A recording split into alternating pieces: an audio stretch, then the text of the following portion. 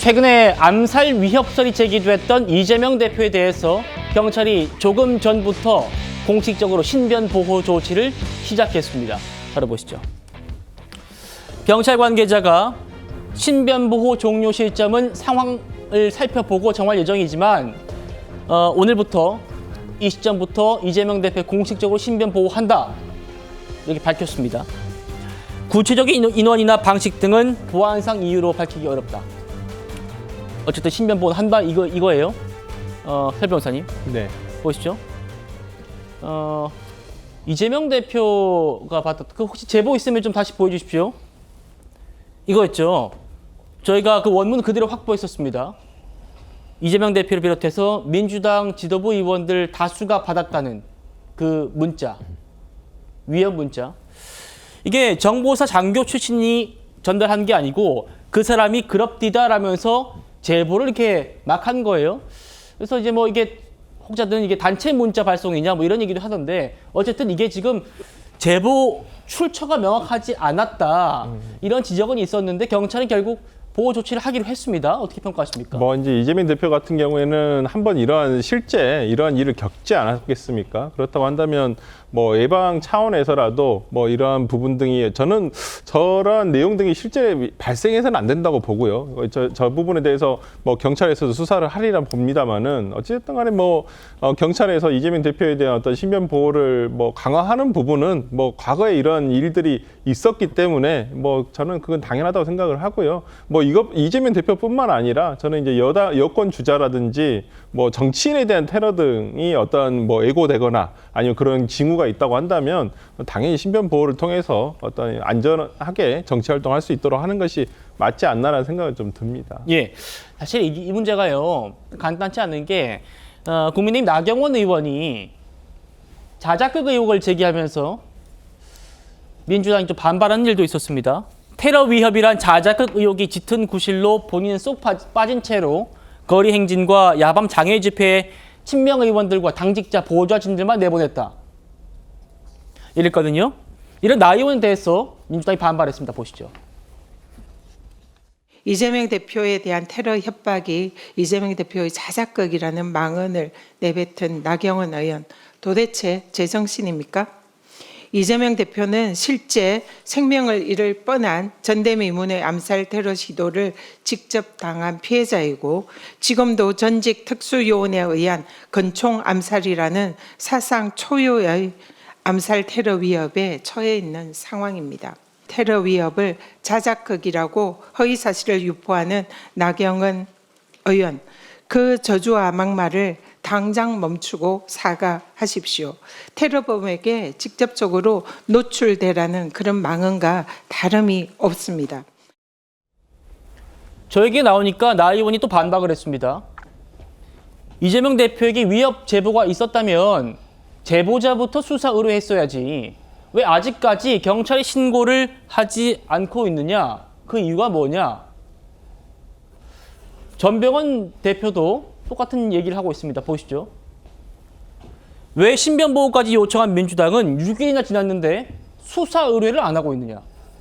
강성필 부대변인님. 네. 신변보호는 했는데 지금 수사 의뢰를 안 했다. 이게 맞습니까? 그러니까 전병헌 세밀의 민주당 대표가 모르고 하는 얘기인 것 같아요. 그냥 공격하려고 저런 말 하시는 것 같아요. 아, 그래요?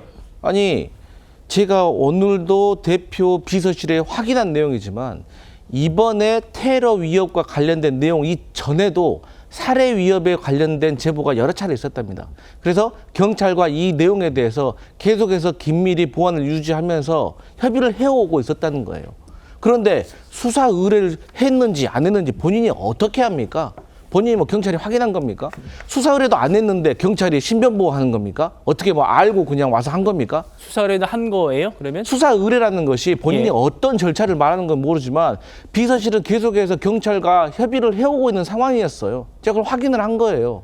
그러니까 수사 의뢰라는 것이 꼭 무슨 접수서를 내가지고 접수하는 그런 걸 말하는 건지 잘 모르겠지만 어쨌든 간에 그런 절차들이 있었기 때문에 경찰도 신변 보호를 위해서 경찰을 파견하지 수사 의뢰가 됐건 신고가 됐건 아무것도 없는데 민주당에서 아무런 요청도 안 하는데 경찰이 알아서 그 신변 보호를 해주는 건 아니잖아요, 상식적으로. 그렇기 때문에 저는 거기에 대해서 너무 과도한 공격이 아닌가. 그리고 나경원 의원이 그러면 물어보고 싶습니다. 이재명 대표가 9km 행진을 현역 의원들 없이 보좌진 없이 혼자 걷는다면 나경원 의원 칭찬하겠습니까? 그래서 본인이 어떤 정치적인 목적을 가지고 이재명 대표를 계속해서 공격하는 것 같은데 그래도 본인이 법률가 출신이기 때문에 자작극이라고 그렇게 의혹을 제기할 거면 객관적인 근거를 좀 가지고 하셨으면 좋겠다. 이런 말씀 드립니다. 예, 우리 강부대변인님 말씀하신 내용은 아마 경찰청장 직무대행이 여야 대표를 향한 그런 위협들 이런 글들이 많아가지고 수사를 하고 있다 이런 얘기를 한 적은 있습니다. 근데 저희가 어제 이제 사회부에서 좀 취재를 해보니까 경찰에서도 이재명 대표 측으로부터 이번 건 뭐 러시아제 권총을 들어와가지고 707과 그 부대들이 뭐 암살 시도하려고 한다. 이 부분에 대해서는 신고는 없었다. 이런 얘기였어요, 호 대변인. 네, 저도 뭐 만일의 사태라도 대비하는 것 자체는 그것은 뭐 바람직하다, 필요하다고 생각합니다. 그렇지만 민주당의 일련의 과정 속에서는 좀 제 상식에는 좀 납득하기 어려운 좀 아쉬운 측면들이 많이 있어요. 일단 어제 경찰 브리핑에서는 경찰이 이렇게 밝혔습니다. 유의미한 단서가 확보되면 바로 수사할 것이다라고 밝혔는데, 그러니까 유의미한 단서는 확보하지 못했다는 얘기입니다. 구체적인 범죄 혐의도 확인하지 못했다라는 것이 경찰의 공식적인 입장입니다. 그리고 이제 그 제보라는 것이 우리가 어떤 제보를 받았을 때 그 제보의 신뢰성이 어느 정도냐를 판단하고 거기에 맞게 대응하고 행동을 해야 되는 것인데, 민주당이 밝힌 내용으로만 보면 누군가가, 그러니까 뭐 정부사 출신의 누군가가 문자를 이제 보냈다는 거예요, 여러 명한테. 그러니까 한 명이 여러 사람한테 문자를 보냈다라는 것이 다입니다. 근데 그것이 이제 어떤 구체적인 근거나 정황이 있는 것인지에 대해서는 아무런 설명이 없고요. 그래서 만약에 제가 우리 당의 지도부 몇 분한테 뭐 이런 일이 있습니다라고 문자를 몇 명한테 돌리면 그 내용을 가지고서 당 전체가 움직일 수는 없는 것 아니겠습니까? 그리고 저는 그 제보 내용을 밝히는 데 있어서도요, 저렇게 구체적인 부대 이름까지 특정해서 저것은 명예훼손이 될 수 있거든요.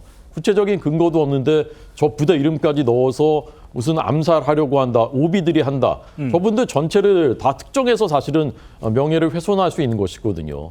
좀 신중하지가 못하다. 그리고 조금 더 국민들의 상식선에서 보기에 좀 갸우뚱하는 일들이 있다. 저는 그렇게 말씀드리고 싶습니다. 예.